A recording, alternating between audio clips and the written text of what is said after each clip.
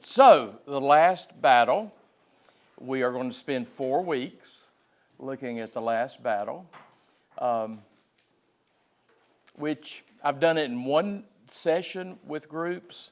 I've done it in like 8 sessions with groups. 4, we'll stay on task and we will finish the book. It is a Chronicle of Narnia, one of the 7. It is the last. In the order in which you should read them, starting with the Lion, the Witch, and the Wardrobe, ending with the last battle. It is a Narnian version of the book of Revelation. You've already met the Antichrist figure in the book.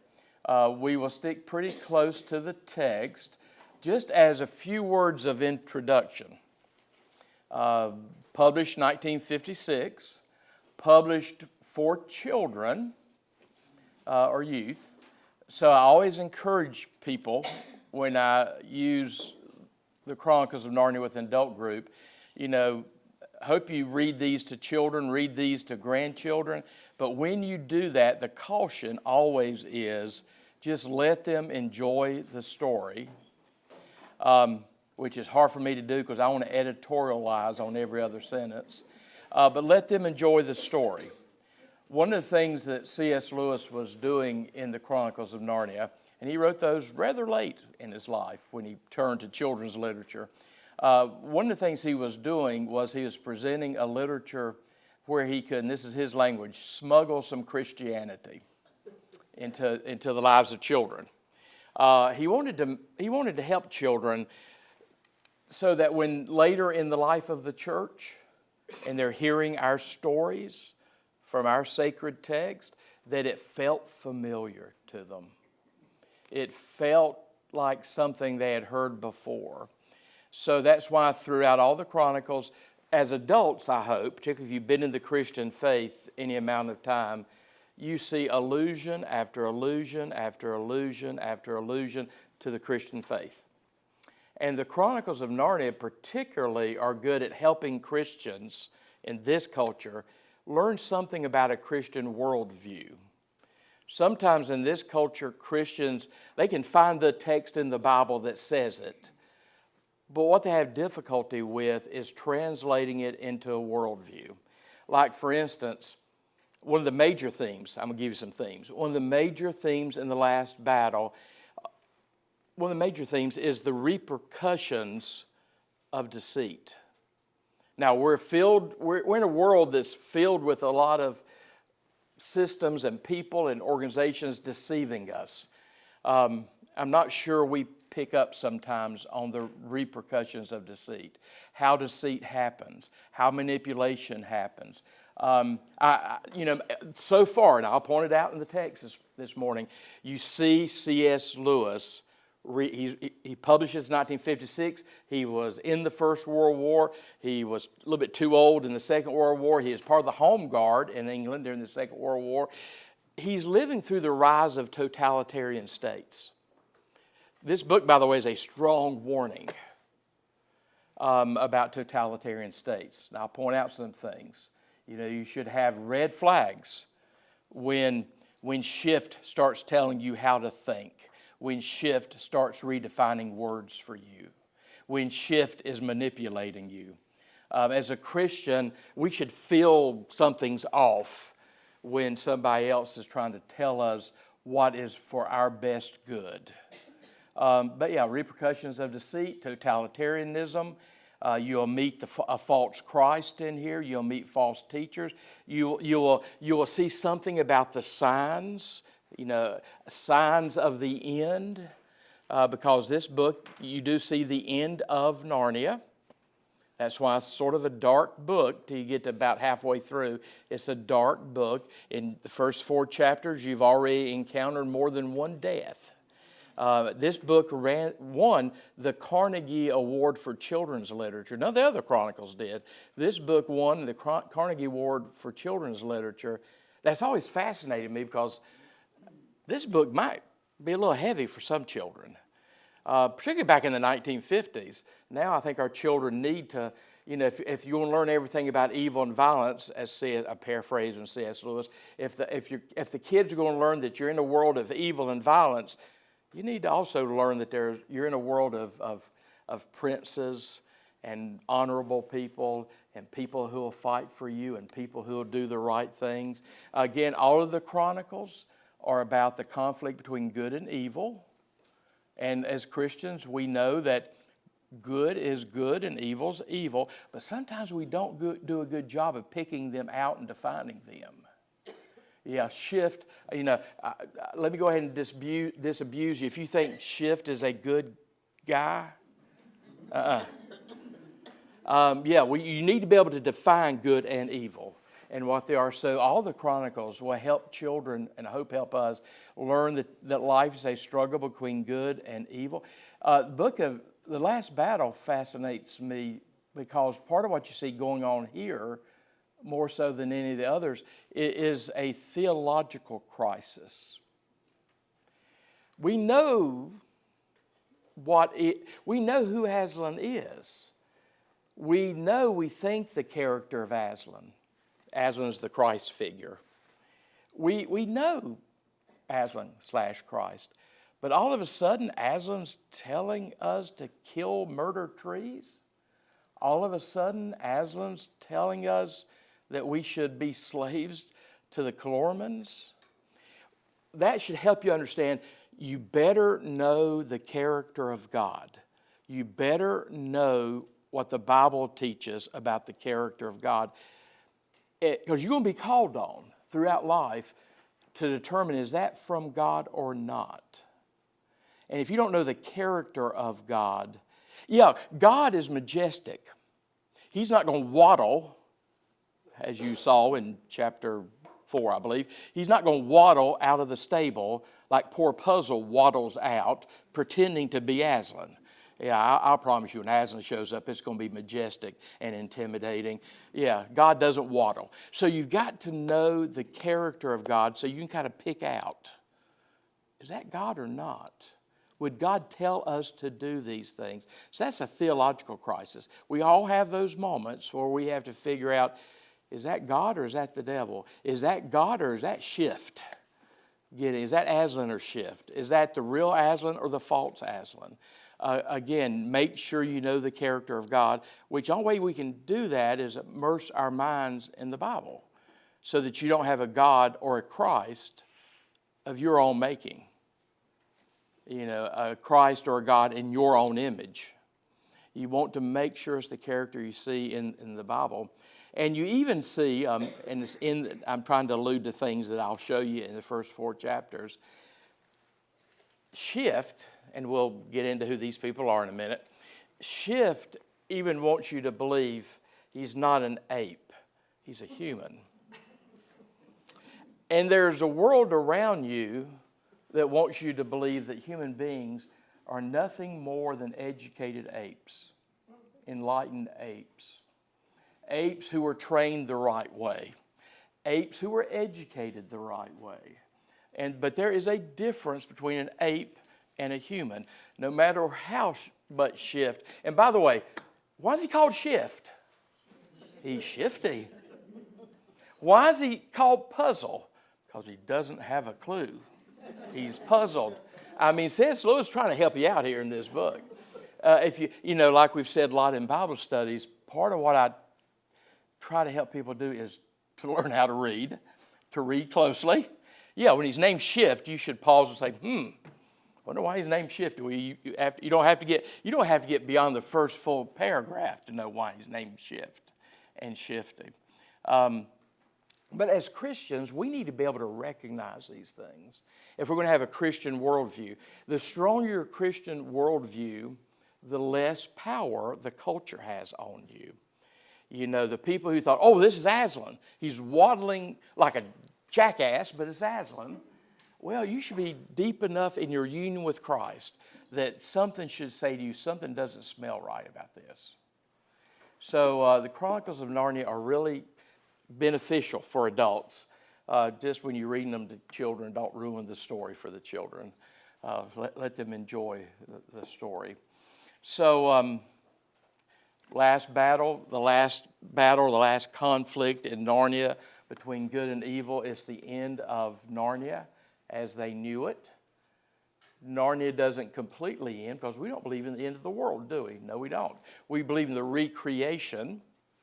So at the end of the book, when Narnia is eliminated, you have Aslan's world, the eternal kingdom, heaven, the eternal kingdom. You have Aslan's world, but you'll even see a wonderful line, L-I-N-E, not lion, L-I-O-N. You'll see a wonderful line that says, everything that was good in England is preserved in Aslan's world. So what we're looking forward to as Christians is not the end of this world, it's something completely different. We're looking for this world being glorified, turning into paradise. What is good in this world will be good on steroids in Aslan's world. So that's why the last half of the book is a little bit more joyful than the first half of the book. We've got to get through the battle, the fight between good and evil. So with that,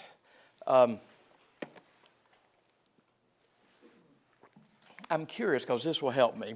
You don't need to have read any of the other Chronicles to do this book, but I'm just curious, how many of you have at least dabbled in some of the other Chronicles of Narnia?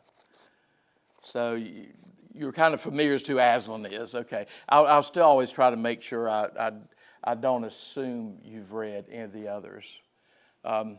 Anyway, so it's a fun story.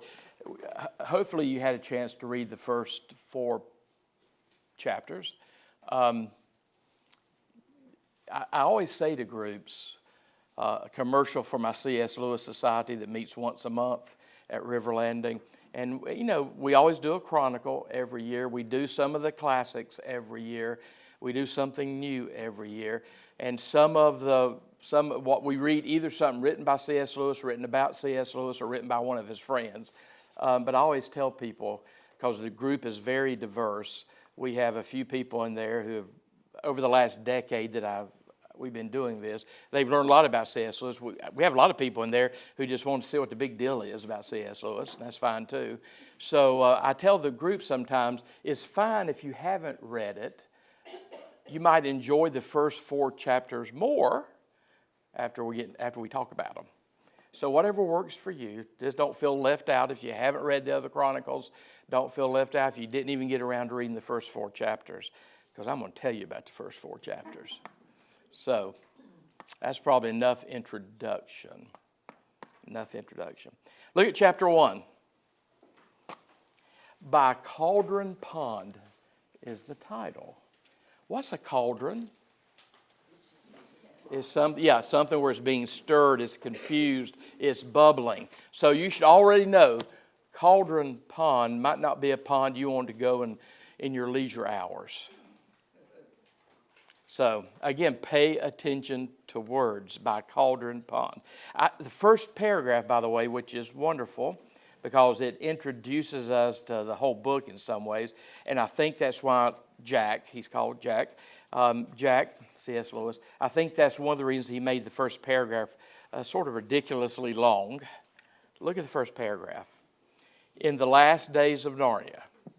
Well, if you're a little slow on the uptake, guess what this book's about? The last days of Narnia. This is the Narnian version of Revelation. In the last days of Narnia, far up to the west beyond Lantern Waste, waste like cauldron means something. This is not where you want to build your retirement home. Lantern Waste by Cauldron Pool, but it's in Narnia. Far up to the west beyond Lantern Waste and close beside the great waterfall, there lived an ape.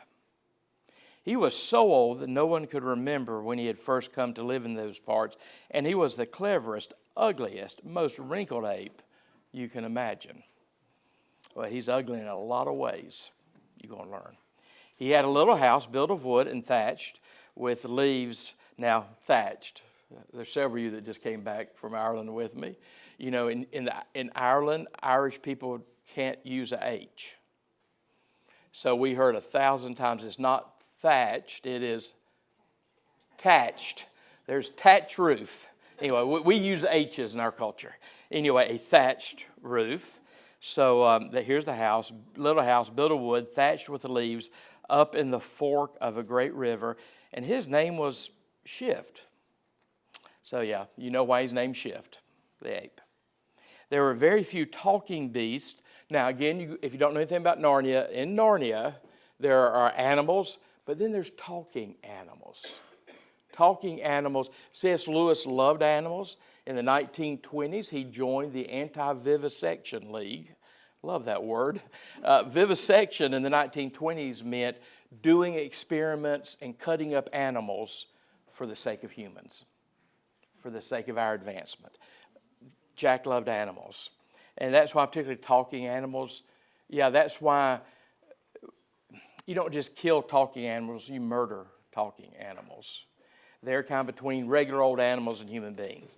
Anyway, there were very few, because we're at Lantern Waste, we're at the Cauldron Pond. There were very few talking beasts or men or dwarves or people of any sort in that part of the wood. Again, not where you want your retirement home. But Shift had one friend. We're going to learn Shift doesn't do friendship well. Hope you do friendship better than Shift does. I'm sure you've had some friends that just want to use you and abuse you and manipulate you and get out of you what they want. That's the way Shift does friendship to Puzzle. But anyway, Shift has one friend and neighbor who was a donkey called Puzzle. Hope you feel sorry for Puzzle. Hope you are challenged by Puzzle to say, okay, God, I don't want to be naive. I don't want to be gullible. I don't want to be easily manipulated. Don't be like Puzzle, but something in you should pity Puzzle. You will notice, I'm sure I'll point it out, when they start entering Aslan's world, Puzzle's one of the first invited, as you learn more about Puzzle. Anyway, so here's the donkey and the ape. And they think they're friends. Yeah, but it's not a good friendship. At least they both said that they were friends. But from the way things went on, you might have thought Puzzle was more like Shift's servant or slave than his friend. Some people are takers, some people are givers. Hopefully all of us are a mixture of the two. But I bet you've met some people, they're just takers. That's all they know. That's Shift. He's just a taker. Now, Puzzle can give. But notice how Shift manipulates Puzzle. This is the way totalitarian states manipulate us. C.S. Lewis in the 1940s in Abolition of Man talked about the rise of the controlling classes that was coming. Oh, if he were alive today. But in the 1940s, he talked about the rise, the controlling classes, the enlightened, the intelligent, the elite, those who know more than you know, those who can tell you what to do for your own good. And by the way, if they need to tell you what to do for your own good, they just say, science teaches. And you don't know enough about science to even know if it teaches it. But that's the controlling class. Anyway, Shift's part of that controlling class, but he's in this area, so the only person he's got to control is his friend, Puzzle. That's why he was more Shift's slave or servant than his friend. He did all the work. Puzzle did all the work. When they were together, when they went together to the river, Shift filled the big skin bottles with water, but it was Puzzle who carried them back. When they wanted anything from the towns further down the river, it was Puzzle who went down with empty panniers or however you want to pronounce that. It comes from French and English. The point is, you know what they are. Hope you, when you see a word, because this is 1950s British English. What are these things? Side saddles. They are. Very good. They're like baskets or bags that go over the back of a beast of burden. That way you can put stuff in both sides. So again, you get a picture of this friendship between Puzzle and Shift. Yeah, they would go down the river, but only poor Puzzle got to carry the water back with his panniers full and heavy. And all the nicest things that Puzzle brought back were eaten by Shift. For as Shift said, and it's sad. I hope you don't have many of these people in your life, but you can hear them saying this. Shift would say to Puzzle, you see, Puzzle, I can't eat grass and thistles like you. So it's only fair I should make it up in other ways. Yeah, you go eat the grass. I'll eat the good stuff. My stomach can't take, the grass. I have to eat by 6 p.m., so you starve, but I got to eat by 6 p.m. Yeah, C.S. Lewis wrote frequently about these people who would do this kind of behavior. And Puzzle always said, of course, Shift, of course. I see that. Naive, easily manipulated, gullible. A good heart, but a good heart's not enough. You got to be, quote Jesus, you got to be wise as serpents. You need to be innocent as doves, but you need to be wise as serpents too. That's Puzzle's problem. He's not as wise as serpents. Puzzle never complained because he knew that Shift was far cleverer than himself. Yeah, be careful of the people who always know what you need to do for your own good. Puzzle never complained because he knew that Shift was far cleverer than himself, and he thought it was very kind of Shift to be friends with him at all. Yeah. And if ever Puzzle did try to argue about anything, Shift would always say, now, Puzzle, I understand what needs to be done better than you. You know you're not clever, Puzzle. And Puzzle always said, no, Shift is quite true. I'm not clever. Then he would sigh and do whatever Shift had said. That sets the stage for the book because they see something floating in Cauldron Pond. And you have this exchange where Shift makes the donkey, four-legged donkey, go get it out of the pond. What is it? A lion skin. So they get it out of the pond. You're not really told really why it's in there, but this yellow thing that he gets out of the pond. Even Puzzle knew that Shift could grab things. Poor Puzzle has 4 legs, but Shift could grab things. But Shift has, I've got a weak chest. I can't get in the water. I might get a cold. And it'd be all your fault, Puzzle, if I die. Anyway, so Puzzle goes and gets it, brings it out. And as soon as the evil Shift sees it, he has this idea. What's the idea? Going to dress Shift up as a false Aslan to fool people so that he can act like he's the Christ figure. In the Chronicles of Narnia, Aslan's the Christ figure. The emperor beyond the sea is God. So he's going to dress Puzzle up to be the son of the emperor beyond the sea. He's going to dress Puzzle up to be the Aslan figure. You're going to notice later on, he's going to make sure nobody gets very close to Aslan. Because you get close enough, if you don't know anything about Aslan, you'll start getting this sense, this is not Aslan. So, and of course, to begin with, Puzzle's a little concerned about that. Shift says, let's make you a winter coat out of this lion skin and dress you up to look like Aslan. Puzzle's got a good heart. Just he's simple, he's gullible, he's naive, he has no backbone. I tell people if you're going to lead, particularly in the church, you better have the heart of a dove and the hide of a rhinoceros. Puzzle does not have the hide of a rhinoceros. So anyway, notice I'm on page 8. Our versions probably are different. I'm on page 8, across from Pauline Bain's illustration. That was the person who illustrated the Chronicles of Narnia. It's the paragraph. This is where Puzzle's trying to talk Shift out of doing this. And Puzzle says, I don't think it would be respectful to the great lion to use the skin and to make a coat. I don't think it would be respectful to the great lion, to Aslan himself, if an ass like me went about dressed up in a lion skin, said Puzzle. He's right. Now watch how Shift, here's your totalitarian state. Here's how a totalitarian state will control you. Now don't stand arguing, please, said Shift. What does an ass like you know about things of that sort? You know you're no good at thinking. You poor person, you're no good at thinking, Puzzle. So why don't you let me do your thinking for you? Yeah, the state, the elite, the controlling class, friends and family will do your thinking for you.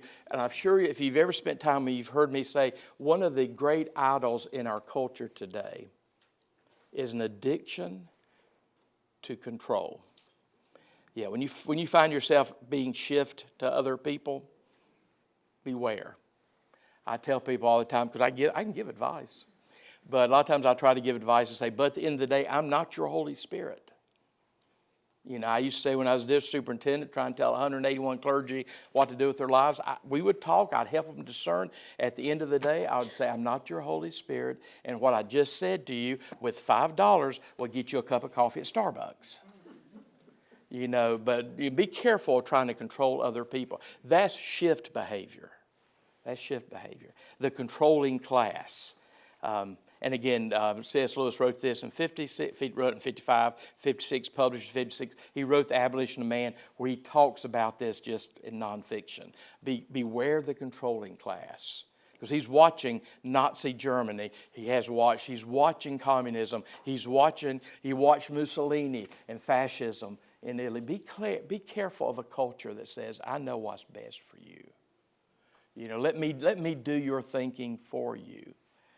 Science says. C.S. Lewis said there's a difference between respecting science and scientism. Scientism is the worship of science. It doesn't even understand that what science says today might be totally different in a decade. We need to respect science, use science as a gift from God. It's important, but you don't worship it to where if somebody just says, well, the science says, and you just start acting like puzzle. Oh, yeah. Whatever science says. If you tell me science says it, then I have to do it. I hope you're connecting some dots from recent history. Anyway, so yeah, puzzle and shift. So shift says, puzzle, why don't you let me do your thinking for you? Why don't you treat me as I treat you? I don't think I can do everything. He says, I don't think, that's his humble way of saying, I want you to do it. I can't do everything. I'm not as good as you are.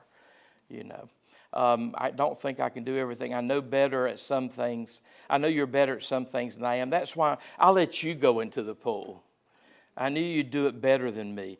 But why can't I have my turn when it comes to something I can do and you can't? Am I never to be allowed to do anything? Do be fair. Turn and turn about. Oh, well, of course. I always kind of hear the voice of Eeyore with puzzle. Oh, well, of course, if you put it that way. So, he starts wearing it. Puzzle creates the suit. He puts it on. Shift creates the suit. He puts it on puzzle. Then you will notice, look at how the chapter ends. We need to move on quickly. I'm going to start, look at the paragraph. It's page and a half before the end of my chapter 1. Well, then, that's settled, said the ape. You will pretend to be Aslan, and I'll tell you what to say. There are people in your life that will do that for you. No, said Puzzle. Don't say such dreadful things. It would be wrong, Shift. I may be not very clever, but I know that much. What would become of us if the real Aslan turned up? Here's where Aslan's sort of introduced to the book. I expect you to be very pleased. That's bad theology. Just because it's coming from a pulpit, it might be bad theology. I'm sure Aslan will be very pleased. I expect him to be very pleased, said Shift. Probably he sent us the lion skin on purpose so that we could set things to right. Anyway, he never does turn up, not nowadays. Think about the original temptation in the garden. Did God really say? Did he really promise? Will he really do this? He never shows up, particularly nowadays. Keep reading and watch what Shift does with this. At that moment there came a great thunderclap right overhead, and the ground trembled with a small earthquake. Think Bible, think crucifixion, a lot of earthquakes in the Bible. Both the animals lost their balance and were flung to their faces. There, gasped Puzzle as soon as he had breath to speak. It's a sign, it's a warning. I knew we were doing something dreadfully wicked. Take this wretched skin off me at once. No, no, said the ape, whose mind worked very quickly. Members of the controlling class usually are pretty sharp on their feet. His mind worked very, very quickly. No, no, it's a sign the other way. I was just going to say that if the real Aslan, as you call him, meant for us to go on with this, he would send us a thunderclap and an earth tremor. It was just on the tip of my tongue. Only the sign itself came before I could get the words out. You've got to do it now, Puzzle. And please don't let us have any more arguing. You know you don't understand these things. What could a donkey know about signs? Again, watch the controlling class. Watch the controlling personality. Not only do they seek to control you, but watch what you see right here, and you'll see it more in these opening chapters. Part of that telling you what to do is the control of language. The control of language. If you go to the Oxford English Unabridged Dictionary, that huge thing, and look up a word, and you see the first definition, second definition, third definition, you may eventually get down to the Nazi definition. Because again, if you're going to control, one of the ways to do that is control language and start redefining words. Let me give an example. And if I offend you, okay. All of a sudden, there's a culture defining for you what marriage is. We thought for 3,000 years we knew what marriage was. Now, all of a sudden, the culture around you says, bless your heart. If you were just more enlightened, we could tell you what marriage is. The Nazis did that. You know, the 5th chapter of Isaiah, you hear God saying to the Jerusalemites, because they were about to be conquered by the Babylonians as a result of their idolatry and their evil. You call that which is good evil, and you call that which is evil good. And you know, the elite can start telling you, well, you thought it was wrong, but let me tell you why it's not wrong. Just at least have red flags popping up when you've got a shift person or a shift government telling you how to think, how to define words. That, you know, we're smarter than you are. Just give in to us. That's not a new phenomenon in human history. All empires, by the way, try to do that to the people that they subjugate. So this sets the stage for the whole book. So let's move on quickly. Chapter 2. Always notice the chapter headings. The rashness of the king. So in this chapter, you're introduced to Tyrion, the king. Young man, good person, but not perfect. He's the last king of Narnia. You're introduced to his best friend. Who's his best friend? Jewel the unicorn. By the way, in Christian tradition, and you see this in tapestries from the Middle Ages in Europe, in Christian traditions, you know what unicorn symbolized? The resurrection. Anyway, so Jewel the unicorn is the best. And again, when you're reading it to your grandkids, don't editorialize every other sentence. Just let them enjoy the story. But I hope as you read it to your kids and grandkids, you're getting a little bit more out of it. So yes, his best friend is the noble, honorable Jewel the unicorn. Then you're going to meet Runewit. What is Runewit? What kind of creature? He's a centaur. Yeah, half man, half horse. And you're going to meet a dryad in this chapter. C.S. Lewis's daytime job was professor of Renaissance literature, early modern Renaissance literature at both Oxford, who would never tenure him. So late in his life, he went to a tenured seat in that role at Cambridge. But see, he knows literature well. He knows Western civilization and literature well. Dryad. Anyway, we're going to look at Dryad in a minute. You're going to see the first death. You're going to see the introduction of despair in the next couple of chapters. So the rashness of the king. So here's the king, and he's beginning to hear that Aslan has returned. Remember Jesus said there'll be people coming proclaiming to be Christ before I come. There'll be people claiming to be false messiahs. Don't be taken in by false messiahs.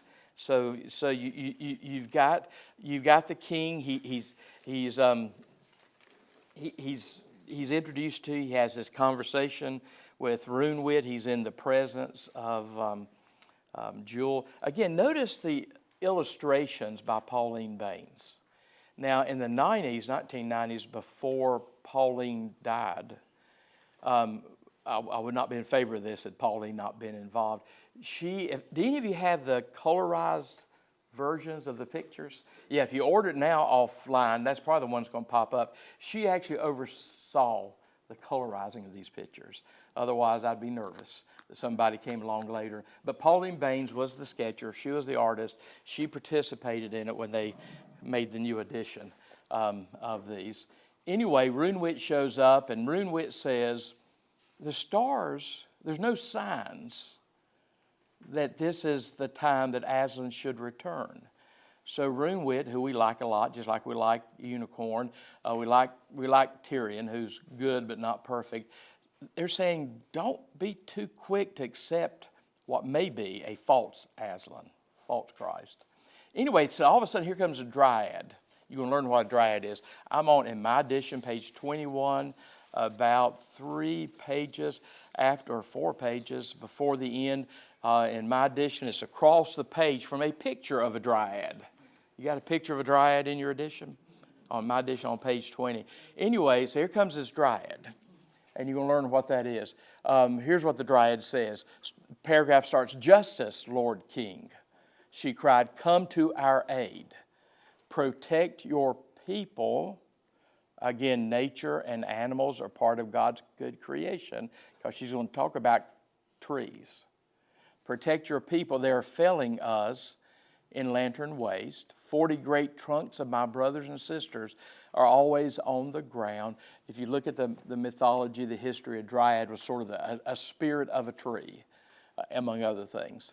What, lady? Felling Lantern Waste? Murdering the talking trees?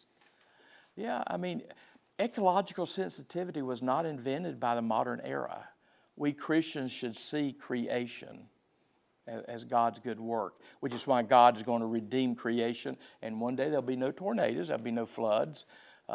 It'll be a perfect creation. It'll be paradise restored. But creation is good. But anyway, they're murdering the talking trees, cried the king, leaping to his feet and drawing his sword. How dare they? And who dares it? Now by the mane of Aslan.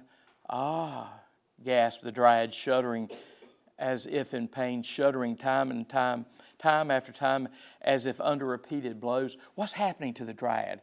She's trying to talk to King Tyrion, but she's like in pain. What's happening to her? Her tree's being cut down. Then all at once she fell sideways as suddenly as if both her feet had been cut from under her. For a second they saw her lying dead on the grass, and then she vanished. They knew what had happened. Her tree, miles away, had been cut down. Yeah, Tyrion's upset. Tyrion's mad. So they head off to try to stop it. You notice, and there's another sketching in your book, they run across a water rat. And this water rat is going down the river, taking logs in the form of a raft, taking logs that have been chopped down. So yes, upstream, that's happening. Trees are being murdered. The Calormans, if you read like The Boy and His Horse, you learn a lot about the Calormans. That was a people further removed from the Narnians, but it's a people of this world. They're not a good people. So the Calormans have come in, and they're saying that Aslan has told them. God, when somebody comes to me and they start off by saying, God has told me to tell you. Oh, I got some red flags. But evidently the Calormans are coming in saying, Aslan has told us. They don't even worship Aslan. They worship Tash. But again, can we say manipulation? They come in and say, your God has told us that you need to harvest the trees for us. So here's the water rat taking stuff. So yeah, he learns it's true. It's happening upstream. So now look, I'm beginning where toward the end of the chapter, about 2 pages for then, well, said the king at last, we must go and take the adventure that comes to us. When Aslan sends you an adventure, take it. You know, courage is a virtue. If you're going to fight on behalf of good, you've got to have some courage. All the other, I'm quoting C.S. Lewis, all of the other virtues fail or succeed at the point of courage. If you have virtues but you're too wimpy to stand up for them, your virtues might not amount to much. So take the adventure that Aslan sends to you. He's not sure this is Aslan doing this because it's not Aslan's character to say cut down the trees. It's the only thing left for us to do, sire, said the unicorn, who's also very noble and very honorable. He did not see at the moment how foolish it was for two of them to go on alone, nor did the king. They were too angry to think clearly, but much evil came of their rashness in the end. I've said twice now, Tyrion is good, but he's not perfect. Where Tyrion fails is when he lets his anger get in his way. You know, be careful of your anger. But here they're going to go single-handedly conquer the Calormans, stop the cutting down of trees, the killing of dryads. Suddenly the king leaned hard on his friend's neck and bowed his head. Jewel, he said, what lies before us? Horrible thoughts arise in my heart. If we had died before today, we should have been happy. Yeah, this is a terrible thing that's come to Narnia. Yes, says Jewel, we have lived too long. The worst thing in the world has come upon us. They stood like that for a minute or two, and then they went on. They head toward the area where the trees are being cut down in Lantern Waste. And as soon as they get there, they see two Calormen mistreating a horse. And that's bad enough, but it turns out to be a talking horse. So in their anger, in their rashness, what do Tyrion and the unicorn do? They kill the two Calormens. Did your mind say Moses? Remember that guy? That's when Moses had to leave Egypt. He saw someone abusing a Hebrew, and out of anger, he killed the Hebrew. Okay, so we're setting the stage. Chapter 3, the ape in its glory. In its glory. Not in glory, but some of these people in the controlling class, some of these people who are takers and never givers, some of these people who want to manipulate you, manipulate the whole culture, they think they're glorious, but they aren't. You're going to notice, by the way, his crown is made out of what? Paper. Yeah, it's not a real crown. So the glory, it was actually a lot of people. A lot of people said this, including Francis Asbury, the first Methodist bishop, whose paintings hang in our Asbury room. Everything that glitters is not gold. Yeah, don't be taken in or gullible or easily manipulated because of the pretty things. You know, everything that glitters is not gold. He has and you see it in that painting or that sketching to begin chapter 3. You see his crown, but it's not a real crown. So here's the ape in all of its glory. Tyrion goes, as soon as they kill these two, this shows you the honor and the goodness in Tyrion's heart. As soon as they kill those two Calormens, they run away, and then they decide what do they want? What does Tyrion particularly decide that they need to do? Go back. They've killed two people. Go back and confess. They're honorable. Do the right thing. You know, wouldn't it be great if our culture just got obsessed with doing the right thing? Not doing what they feel like, but do the right thing. So they decide to go back. Because again, they're still trying to figure out if this is Aslan or not. And what is the verse from the Narnian world that's causing some confusion at this point? He is not a what kind of lion? He's not a tame. We can't control Aslan. He will surprise us. He will confuse us. He would not act contrary to his character, by the way. But sometimes in our human limitations, we're not really sure. You can't control it. He's not a tame lion. He's not going to do what you want. He's not your Santa Claus or great-grandfather up in heaven that just gives you whatever you ask for. He's not a tame lion. So they're trying to figure out, is this the real lion or is it not? So they're going to make the decision to go back to the Calormans. I'm on page 32. Here's where they decide to go back to the Calormans. You're going to begin to see the coming of despair now. Times are getting black. Times are getting dark. And Jewel says, you will go to your death then. That's the paragraph I'm starting at. You will go to your death then, said Jewel. Do you think I care if Aslan dooms me to death? By the way, that's straight from the book of Job, where Job said, even if God slays me, still will I worship. Even if this is Aslan, and Aslan leads me to my death, I'm willing to do that. Do you think I care if Aslan dooms me to death? He still knows that somehow, even in the evil of the Calormans and Shift, ultimately Aslan has overriding sovereignty. Aslan has to allow for Shift to rise up. So do you think I care if Aslan dooms me to death? Because here the king knows death is not the worst thing in life. Idolatry is worse. Giving into evil is worse. Walking away from your faith in Christ is worse. There's a whole lot of things worse than death. So don't be too intoxicated with this world. We all love this world, and I'm not in a hurry to die. But it's, I do tell my family on about a weekly basis, when God starts calling me home, get out of his way. Anyway, death is, there's always a tragic aspect to death, but it's not a tragedy in the life of a believer. Do you think I care if Aslan dooms me to death, said the king? That would be nothing at all. Would it not be better to be dead than to have this horrible fear that Aslan has come? Here's the theological crisis. Aslan has come and is not like the Aslan we have believed in and longed for. It is as if the sun rose one day and it were a black sun. Yeah, I'd rather die than discover that the God I know of from the Bible is not the true God. I'd rather die. I don't want to be convinced otherwise. I know, said Jewel, or as if you drank water and it were dry water. Yeah, you can't even imagine what that is. You're in the right, sire. This is the end of all things. Let us go.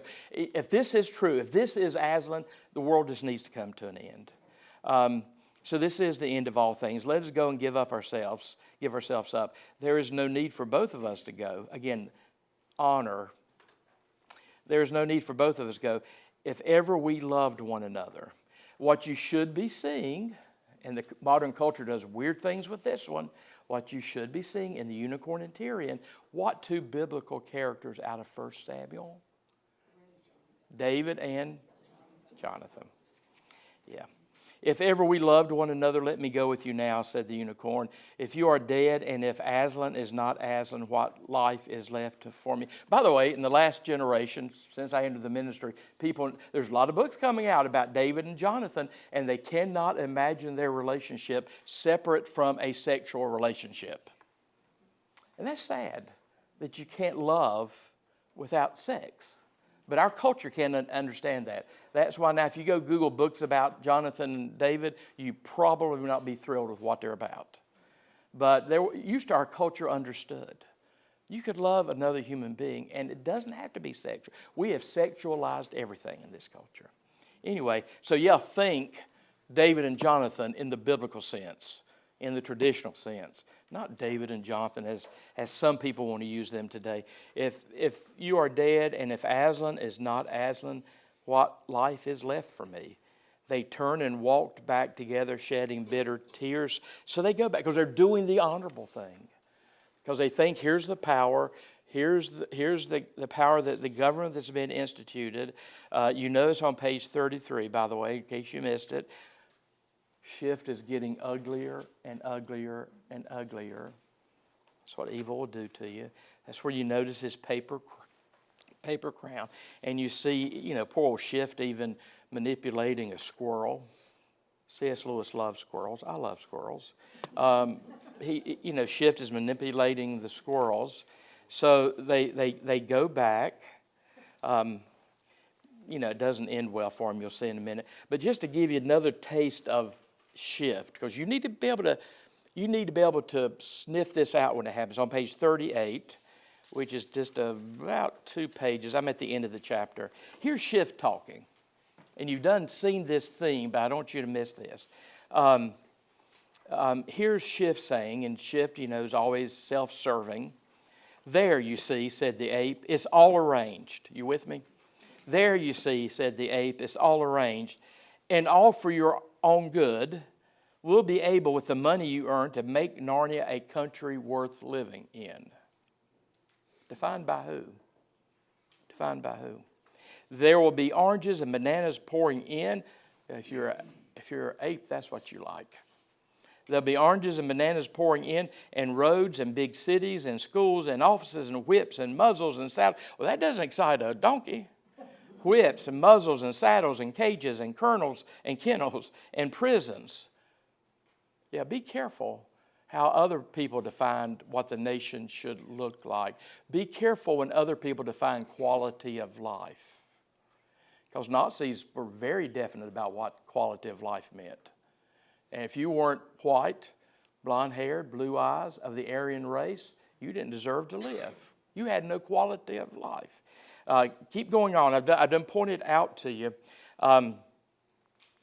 how they control, particularly by using language. Keep reading. But we don't want all those things, said an old bear, an old traditional Narnian bear. We don't want all those things. We want to be free, and we want to hear Aslan speak himself. Now notice what the ape says. Now don't you start arguing, said the ape, for it's a thing I won't stand. I'm a man. You're only a fat, stupid old bear. Bless your heart. I know better than you. What do you know about freedom? Watch this. What do you know? He's getting ready to redefine freedom. What do you know about freedom? You think freedom means doing what you like. Well, you're wrong. That isn't true freedom. True freedom means doing what I tell you. He's redefining freedom. Be careful when people try to control you, when the culture tries to control. Lewis is watching. He watched Mussolini and the fascists. He watched communism, the Bolsheviks in Russia. He watched the rise and fall of Nazism. Yeah, be careful when all of a sudden there's a government and there's a people. And just because, you're an individual and you don't, shift is to use a modern term, shift is the thought police. There are countries around the world right now that have come really, really, really close to defining Christian preaching as hate speech. Because I say some things are right, some things are wrong. Some things are good, some things are bad. So some countries define that hate speech. Yeah. Be careful in the culture around you. You should sniff out how the culture tries to control you. So just turn the page, go past here's Schiff talking to traditional Narnian animals and telling them how to think. I like the lamb, though. The lamb. Yeah, is that a picture of a lamb there? Probably. Yeah. Animals, I love animals. Sometimes I like them better than people. Please, said the lamb. Yeah, look at where at the top of page 4, please, said the lamb, I can't understand. What have we to do with the Calormans? We belong to Aslan and Narnia. They belong to Tash. Watch what happens religiously here. He wrote this in 1956. They belong to Tash. That's the other god. They have a god called Tash. They say he has 4 arms and the head of a vulture. You're going to meet Tash later on. They kill men on his altar. I don't believe there's any such person as Tash, but if there was, how could Aslan be friends with him? So here's a god that demands human blood. If you know the line, The Witch in the Wardrobe, Aslan gives his own blood for the people. So keep reading. All the animals cocked their heads sideways and all their bright eyes flashed toward the ape. They knew it was the best question anyone had asked yet. Yeah, how can Aslan be friends with Tash? But notice what the ape says. The ape jumped up and spat at the lamb. Baby, he hissed, silly little bleater. Again, Yeah, if you want to manipulate people, call them names, insult them. You know, down south we say bless your heart, but we may be insulting you when we say that. Yeah, that's insulting. Baby, silly little bleeder, go home to your mother and drink milk. What do you understand of such things? But the others listen. Tash is only another name for Aslan. All roads lead to God. They're just different paths. Now, the two roads may be diametrically opposed to each other. One gives their blood for humans, the other one demands human blood. But all roads lead to God. All opinions are created equal. Well, you have to kind of let go of logic to say that. You know, or you got to be okay with a schizophrenic God. If you say Tash is God and Aslan's God, they diametrically opposed to each other. All roads can't lead to the same place. Does that not sound just a little modern to you? Tash is only another name for Aslan. And the more you get to know Tash, you know that can't be Aslan. Tash is very demonic, by the way. Tash is only another name for Aslan. All that old idea of us being right and the Calorman's wrong is silly. Because we're in a culture where all cultures are created equal. You know, I learned in the academic world that because we don't want to, you know, we're in a culture that's perpetually offended now. I learned in an academic setting, if I use the phrase Western civilization, if I'm teaching Western civilization, Western Civ 101, you can't say that now. That's ethnocentric, new word that's been invented. That's ethnocentric. To talk about Western civilization, you are saying your civilization is better than another. I just don't know about Eastern civilization. Can I not teach Western civilization? But we're in a culture now that says all cultures are created equal. Which when you kind of hear that, it sounds nice. Because if you have a culture that says the greatest virtue is tolerance, you start making weird decisions like all cultures are created equal. That's when I love to just irritate people and say, what about cannibalism? Headhunters, Nazism. Is there not something in some culture somewhere? Yeah, I'm going to be ethnocentric. I'm going to say my culture says that culture is wrong. Mistreatment of women in certain ways.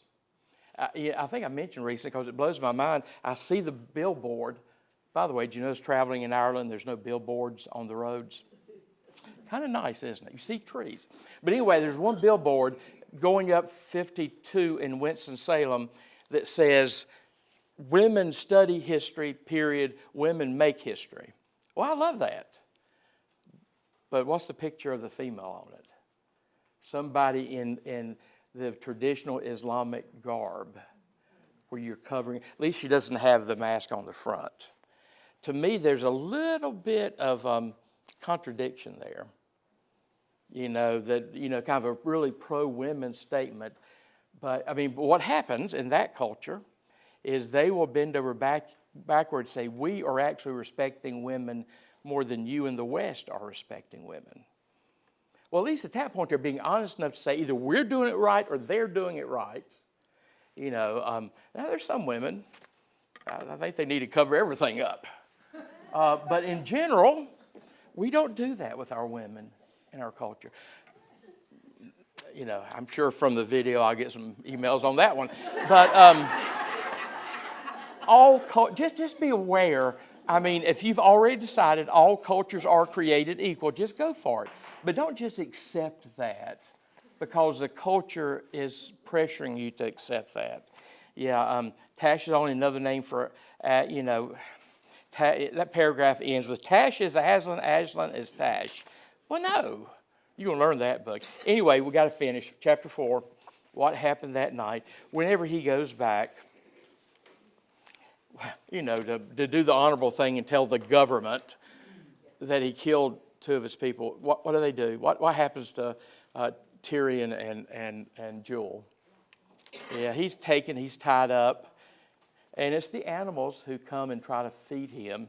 There's that great sketch where you have 3 mice and 1 rabbit and 2 moles. They're trying to take care of Tyrion. They're at least conflicted because they know this is their king, But maybe Aslan is saying that. So they're conflicted. They go and take care of Tyrion. They don't release Tyrion. That's a Elijah picture Say more. with the ravens eating him. And Ravens feeding Elijah. Jezebel's out. Yeah, Jezebel's after them. Yeah, I mean, Christian illusion after Christian illusion after Christian illusion. You know, as an adult, you should be picking up on that. So he's tied up against an ash tree, but he can see the stable. This is going to set the stage for the rest of the book. He can see the stable on the hill. He can see this weird-looking kind of lion type thing come out who doesn't speak. The lion whispers into the ear. The lion-type creature whispers into the ear of Shift, and Shift speaks. Shift is the one that speaks. So he's watching this.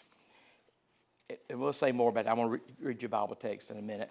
But then it ends with Aslan praying. And you see an answer to prayer.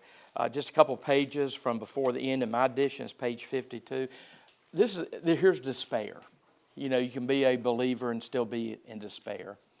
Here's Aslan, halfway down the page, 52, paragraph that starts, and he called out, Aslan, Aslan, Aslan, come and help us now. But the darkness was cold.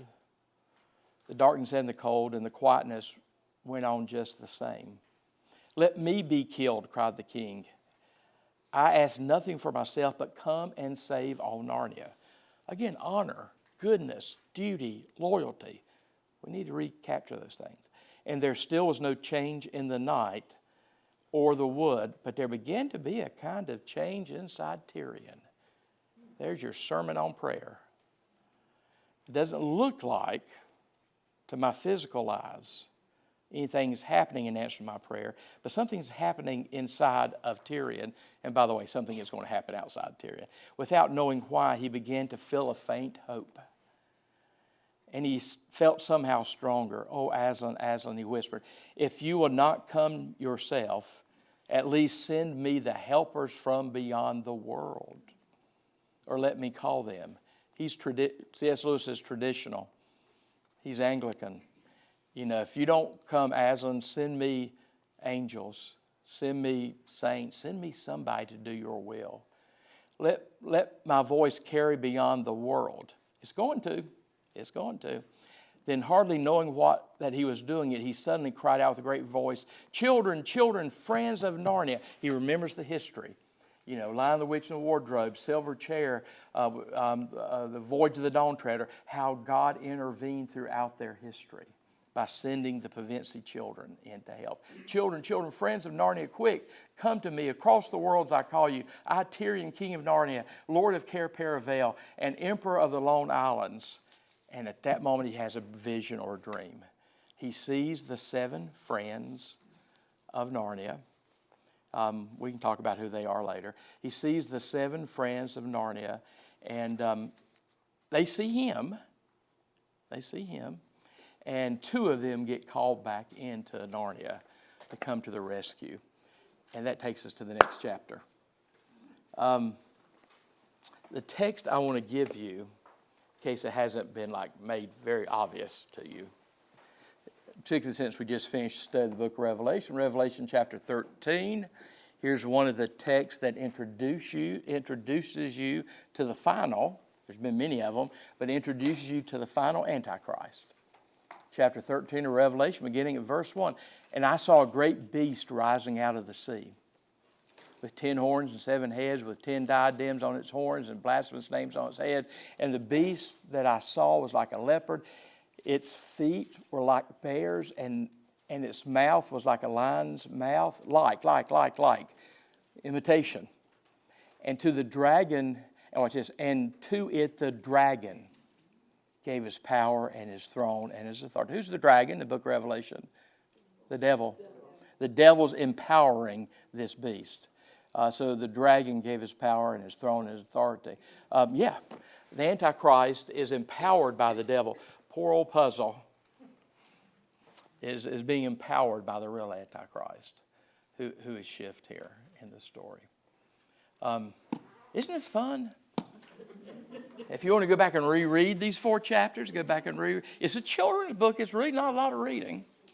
you can spend some time with. Let's pray and I'll get you out of here.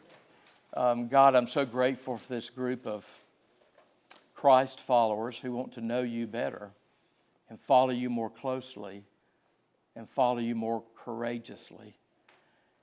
God, we pray that you'll use even this children's literature to strengthen our faith, to help us to put on the full armor of God so that we can serve you in the difficult times, even when all of Narnia is falling around us. Help us to stay firm. Help us to keep our eyes on the true Aslan. Help us to keep our eyes on our true God, on you, and on your Son, Jesus Christ. Lord, help us not be so intoxicated by this world. Help us not to be easily led or gullible. Help us to have some backbone. Help us to be close enough to you that we know your character. We can feel your heart. We can think your thoughts because you have revealed enough of yourself in Scripture that we can know you. So may we know you so that we can recognize you in our lives and in history and in culture. God, we pray that you'll give us the prevailing passion to know Christ and to make him known. In his name we pray. Amen.